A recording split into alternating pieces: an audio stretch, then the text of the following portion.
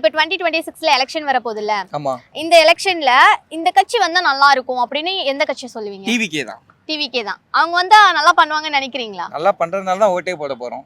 Okay, அவங்களுக்கு அரசியல் அனுபவம் எல்லாம் இல்லைன்னு நிறைய டாபிக்ஸ் நிறைய பேச்சுகள் வந்தாலும் அதெல்லாம் எப்படி பாக்குறீங்க? அவங்க சொல்றவங்க சொல்லித்தான் இருப்பாங்க.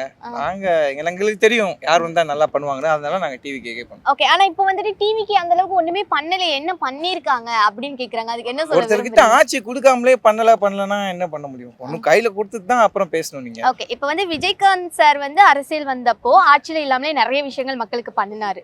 அந்த மாதிரி இவர் ஆட்சிக்கு வரதுக்கு முன்னாடியுமே ஒண்ணுமே பண்ணலையே, ஆட்சிக்கு வந்து என்ன அவர் பண்ணி நீங்க ஜெயிக்க வச்சீங்களா? அவரா விஜயகாந்த் நீங்க ஜெயிக்க வச்சீங்களா?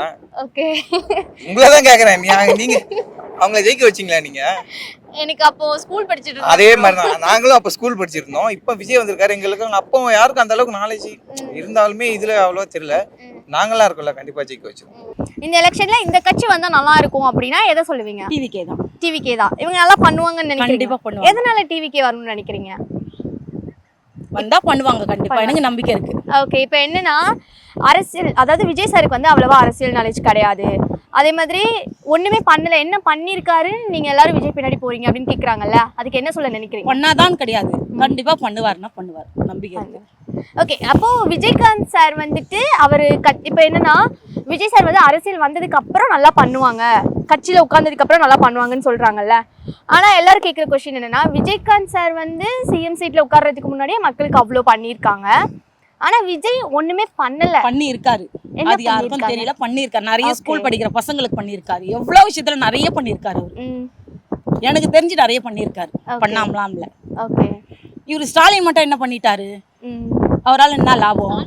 ஃப்ரீ பஸ் விட்டாரு, ஃப்ரீ பஸ் விட்டுட்டு இதே ஜென்ஸுங்களை உட்காந்து வரதே, நீங்க வரதே ஓசி, உங்களுக்கு எதுக்கு சீட்டுன்னு கேக்குறாங்க, அதுக்கு எதுக்கு ஃப்ரீ பஸ்? எங்க நாங்க கட்டுற வரி பணத்தை தான் எங்களுக்கு வந்து மாசம் 1000 ரூபாய் போடுறாரு. இப்போ 3000 அவர் கொடுக்குறாரு. அவரோட சொந்த பணத்தை கொடுக்குறாரா? கிடையாது, எங்களோட வரி பணம் அது. அவர் இருந்து பிரயோஜனம், அதுக்கு எல்லாமே வராமே இருந்தலான்ற. இந்த தடவை அவர் வர சான்ஸே இல்ல. எங்க அண்ணன் தான் வருவார், தளபதி தான் வருவாரு. டிவிக்கே கன்ஃபார்மா எங்க அண்ணன் வருவார், தளபதி வருவார், விஜய் வருவார் கண்டிப்பா. ஓகே, நிச்சயமா எல்லாத்தையும் பார்க்கும் பொழுது காமனான ஒரு ஆட்சி நம்ம தமிழ்நாட்டுக்கு தேவை. அதில் இப்போது முதல் காலத்தில் வந்து ஆண்ட அதிமுக பல விஷயங்களை செஞ்சு கொடுத்தாங்க, மக்களுக்கு நல்லதும் பண்ணாங்க. மக்களுக்கு மட்டும் இல்லை, குழந்தைகள், ஸ்கூல் குழந்தைகள், காலேஜ் எல்லாத்துக்கும் லேப்டாப், எல்லா வித வசதிகளும் செஞ்சாங்க. மற்றும் விவசாயிகளும் இதனால் நல்லா பயனடைஞ்சாங்க. அதனால் பொதுவாக இந்த அரசியல் வந்து அதிமுகவுக்கு இது ரொம்ப ஃபேவராக இருக்கும்.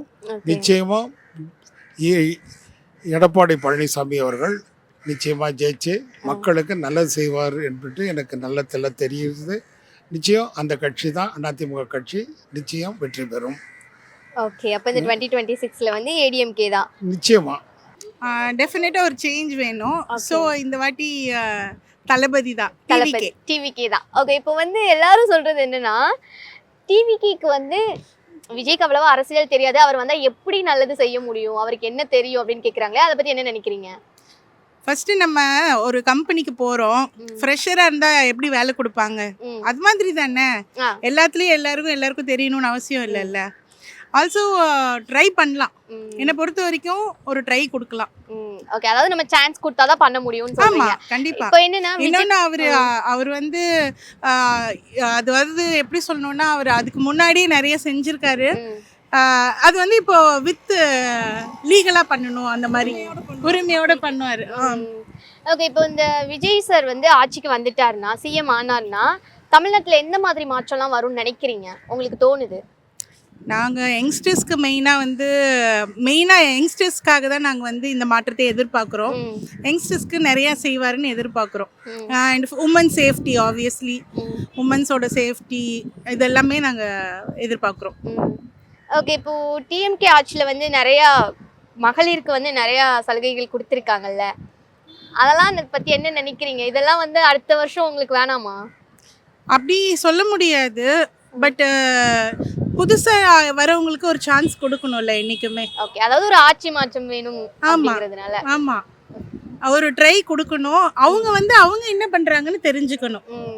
ஓகே, இப்போ 2026ல வந்து டிவிக்கே வரல அப்படின்னா எப்படி ஃபீல் பண்ணுவீங்க? வரலன்னா கண்டிப்பாக ஒரு பெரிய லாஸாக தான் நான் பார்ப்பேன். ஏன்னா இத்தனை பேர் பெரியவங்க இவ்வளோ நாள் இருந்தவங்களுக்கெல்லாம் அரசியல் தெரிஞ்சது வேற. இப்போ வர ஜென்ரேஷன், இப்போ அடுத்து வரப்போகிற ஜென்ரேஷனுக்கெல்லாம் தெரியணும்னா ஒரு தெரிஞ்ச ஃபேஸ் வரணும், அண்ட் ஒரு நமக்கு பிடிச்ச ஒரு பர்சன் வரணும். அதுதான் மெயின் ரீசன். ஸோ இப்போ நம்ம விஜய் சார் வந்து எல்லாருக்குமே தெரியும், நல்லா தெரிஞ்ச ஃபேஸ் வந்தா நல்லா இருக்கும். கண்டிப்பா கண்டிப்பா. ஓகே ஓகே, அப்போ உங்களோட சப்போர்ட் டிவிகேக்கு தான் 100%. ஓகே, இப்போ டிவிகே வந்தா இந்த மாதிரி மாற்றங்கள் வரும் அப்படின்னா என்ன சொல்லுவீங்க? எந்த மாதிரி மாற்றங்கள் வரும்னு நீங்க நினைக்கிறீங்க? நிறைய அதாவது ஸ்கூல் படிக்கிற பசங்களுக்கு மாற்றம் வரும், வயசானவங்களுக்கு நிறைய மாற்றங்கள் வரும். லேடிஸு கன்ஃபார்மாக கேரண்டி இருக்கு, வெளியில போறதுக்கு எல்லாம் பயம் இல்லாத போகலாம். இந்த ஆட்சியில ஸ்டாலின் ஆட்சியில கிடையவே கிடையாது. இந்த சின்ன குழந்தைங்களோட விட்டு வைக்க மாட்டானுங்க. ஓகே, எங்க அண்ணா ஆட்சியில தைரியமா வெளியில வரலாம். ஓகே, இந்த ஆட்சியில அப்போ பொண்ணுங்களுக்கு சேஃப் இல்லைங்க? சேஃப் கிடையாது. ஓகே, விஜய் சார் வந்தாங்கன்னா அதுக்கெல்லாம் எல்லாருக்குமே சேஃப் இருக்கு. ஓகே, கண்டிப்பா டிஎம்கே தான். டிஎம்கே தான். எதனாலனாக்கா இப்போ இருக்கிற பாலிடிக்ஸ் பார்த்தீங்கன்னாக்கா அரசியல்வாதி அதிகமான ஒரு அனுபவம் பார்த்தீங்கன்னாக்கா டிஎம்கேல தான் இருக்கு. ஓகே, இப்போ இருக்கிற பார்த்தீங்கன்னா யாருக்கும் அந்த அளவுக்கு அனுபவம்ன்றது ரொம்ப கம்மியாக தான் இருக்குது. அதனால டிஎம்கே தான் வரும். ஏன்னா இப்போ ஃபஸ்ட்டு விட இப்போ நல்லாவே தமிழ்நாடு நல்லாவே வளர்ந்துருக்கு. எஜுகேஷனாகவும் இருக்கட்டும், ஸோ டெவலப்பாக இருக்கட்டும், தமிழ்நாடு தான் பெஸ்ட்டாக இருக்குது. அதனால் பார்த்தீங்கன்னாக்கா இந்த ஆட்சியும் எனக்கு தெரிஞ்சு கண்டிப்பாக டிஎம்கே தான் வரும். டிஎம்கே வந்தால் நல்லா தான் இருக்கும். ஓகே, ஆனால் நிறைய பேர் சொல்கிற விஷயம் என்னன்னா டிஎம்கே வர்றது கஷ்டம் அப்படிங்கிறாங்க. அப்படிலாம் இல்லை. அதெல்லாம் வந்துட்டு சும்மா இப்போ புதுசாக வளர்ந்து வர கட்சிக்கு சொல்கிறது அதெல்லாம் வந்துட்டு நடக்காது. டிஎம்கே தான் வரும். புதுசா வளர்ந்து வர கட்சின்னு எதை புதுசா நிறைய கட்சி டிவிக்கே அப்படின்ட்டு இப்போ நிறைய கட்சி புதுசா வருது இல்ல. இப்போ நாளைக்கு நானே கூட ஒரு கட்சி ஒன்று ஸ்டார்ட் பண்ணலாம். இப்போ எங்க கட்சி நாளைக்கு நான் ஸ்டார்ட் பண்ண நானும் வந்துருவேன், நாளைக்கு சிஎம் வந்துட முடியுமா? அப்படிலாம் கிடையாது. என்ன பண்ணலாம், டிஎம்கே தான் வரும் அரசியலுக்கு. அடுத்த சிஎம் பார்த்தீங்கன்னாக்கா ஸ்டாலின் தான். அவர் தவிர வேற யாருமே வர முடியாது. அது மீறி யாருனால வந்தாலும் அந்த அளவுக்கு தமிழ்நாடு வந்துட்டு வளருமான்னு கேட்டாக்க சத்தியமா வளராது. ஓகே, ஏடிஎம்கேக்கும் நிறைய எக்ஸ்பீரியன்ஸ் இருக்கு. ஏடிஎம்கே நிறைய எக்ஸ்பீரியன்ஸ் இருந்தாலும் அது பார்த்தீங்கன்னாக்கா அவங்க கூட்டணி கட்சிலாம் பார்த்தீங்கன்னாக்கா டிஎம்கேவோட நம்மளோட தமிழ்நாட்டுக்கு ஆப்போசிட்டா இருக்கிற கட்சியோட தான் அவங்க வந்துட்டு கூட்டணி வச்சிருக்காங்க. அதனால பார்த்தீங்கன்னாக்கா இப்போ ஆல்ரெடி 10 வருஷமா அவங்க தான் இருந்தாங்க. இப்போ கூட்டணி இப்போ 21ல மாறினதுக்கு காரணம் அதனால தான். அவங்க போயிட்டு ஆப்போசிட் பார்ட்டியோட போயிட்டு கூட்டணி வச்சதால தான் இப்போ அவங்களால வந்து வர முடியல. அதனால அவங்க வாய்ப்பு இல்லை அவங்க வர்றதுக்கு. இப்பயும் பார்த்தீங்கன்னா அவங்கள கூட தான் கூட்டணி வச்சிருக்காங்க. இப்போ ஆல்மோஸ்ட் பார்த்தீங்கன்னாக்கா இப்போ 50 சீட்டு அவங்க கேட்டிருக்காங்க. ஏடிஎம்கேல இருந்து பார்த்தீங்கன்னாக்கா பிஜேபிக்கு 50 சீட்டு கேட்டிருக்காங்க. அதனால 50 சீட்டு கொடுத்தனாக்கா தமிழ்நாடுடைய டெவலப்பும் டோட்டலாகவே மாறும், எஜுகேஷனும் மாறும். அதனால பார்த்தீங்கன்னாக்கா எனக்கு தெரிஞ்சு ஏடிஎம்கெல்லாம் வராது. ஏடிஎம்கே வந்தாலும் எதிர்கட்சியாக தான் வருமே. ஓகே, எஜுகேஷனில் எந்த மாதிரி மாற்றம் வரும்னு நீங்கள் சொல்கிறீங்க? எந்த மாதிரி மாற்றம்னாக்கா நீங்கள் எப்படி கேட்குறீங்க? எஜுகேஷனில் கேட்குறீங்களா? நீங்கள் சொல்கிறீங்கல்ல இப்போ வந்து ஏடிஎம்கே வந்து அங்கே கூட்டணி வச்சிருக்கு 50. இல்லை, தமிழ்நாடுடைய ஆப்போசிட்டாக பார்த்தீங்கன்னாக்கா தமிழ்நாடு டோட்டலாக பார்த்தீங்கன்னா தமிழ்நாடு ஆப்போசிட்டாக பார்த்தீங்கன்னாக்கா பிஜேபி தான் இருக்குது. பிஜேபியோட கூட்டணி வச்சதால் தான் அவங்க 21ல் அவங்க ஆட்சி மாறிச்சு. அதே மாதிரி பார்த்தீங்கன்னாக்கா எம்பி எலெக்ஷனும் பார்த்தீங்கன்னாக்கா அதுதான் மாறிச்சு. எம்பி எலெக்ஷன் பார்த்தீங்கன்னாக்கா அவங்க ஃபுல்லாக ஏடிஎம்கேல பிஜேபியில் கூட்டணி வச்சதால தான் வந்துட்டு ஏடிஎம்கே ஃபுல்லாக காலியாச்சு. 40 சீட்டுமே பார்த்தீங்கன்னாக்கா டிஎம்கே தான் வந்தது.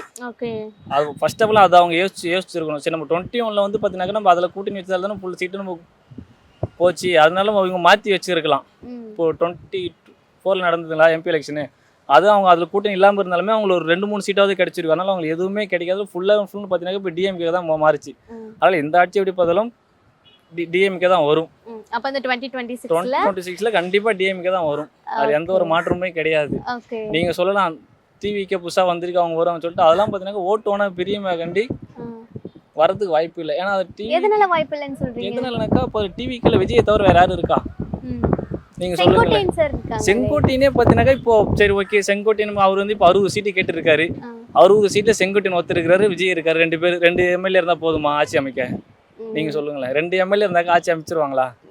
முடியாது தானே. அப்புறம் என்ன, அதனாலதான் சொல்றேன். இன்னும் வரணும். அப்படி பார்த்தாலும் பாத்தீங்கன்னா இப்போ என்ன பார்த்தீங்கன்னா சீமான் இருக்காரு. இப்போ அவருக்கு வந்து ஆட்சி மாறி அவருக்கும் போகலாம். போகுமா? போக முடியாது இல்லை. அதனாலதான் அதனால ஓட்டு ஒன்னா பிரியும். பர்சன்டேஜ் ஒன்னாக்கா இப்போ சீமானுக்கு இருக்கிற பர்சன்டேஜ் ஒன்னா அவருக்கு போகலாம். அதனால பாத்தீங்கன்னா அவருக்குலாம் வாய்ப்பு இல்லை. கம்மி, எனக்கு தெரிஞ்ச கம்மி தான். தமிழ்நாட்டு நம்ம சிஎம் ஆகணும்னா அனுபவம் அதிகமா இருக்கணும். அனுபவம் அதிகமா இருந்தாதான் ஒரே ஆட்சி டிஎம்கே தான். ஏன்னா மிகப்பெரிய பிளஸ் பாத்தீங்கன்னா எடப்பாடிக்கு இருக்கு. இப்போ இந்த கொரோனா டைம்ல பயங்கரமா வந்துட்டு தமிழ்நாடு வந்து ஒரு கையாண்டாரு.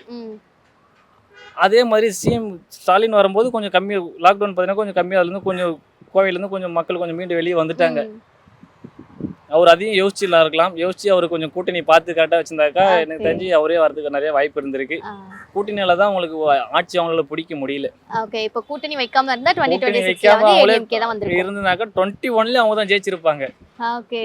ஏன்னா அவங்க 19 அப்பயே 2019ல வந்துட்டு எம்பி எலெக்ஷன் நடந்தது. அப்பயே பார்த்தீங்கன்னாக்கா ஃபுல் அண்ட் ஃபுல் பார்த்தீங்கன்னாக்கா டிஎம்கே தான் வந்தது. அதுலேருந்து இப்போ திரும்ப பார்த்தீங்கன்னா இதுவும் மாறி 21 எலெக்ஷன் மாறினதால டோட்டல் எம்பி எலெக்ஷன் எல்லாமே பார்த்தீங்கன்னாக்கா எம்பி சீட் எல்லாமே பார்த்தீங்கன்னா டிஎம்கே தான் இருக்குது.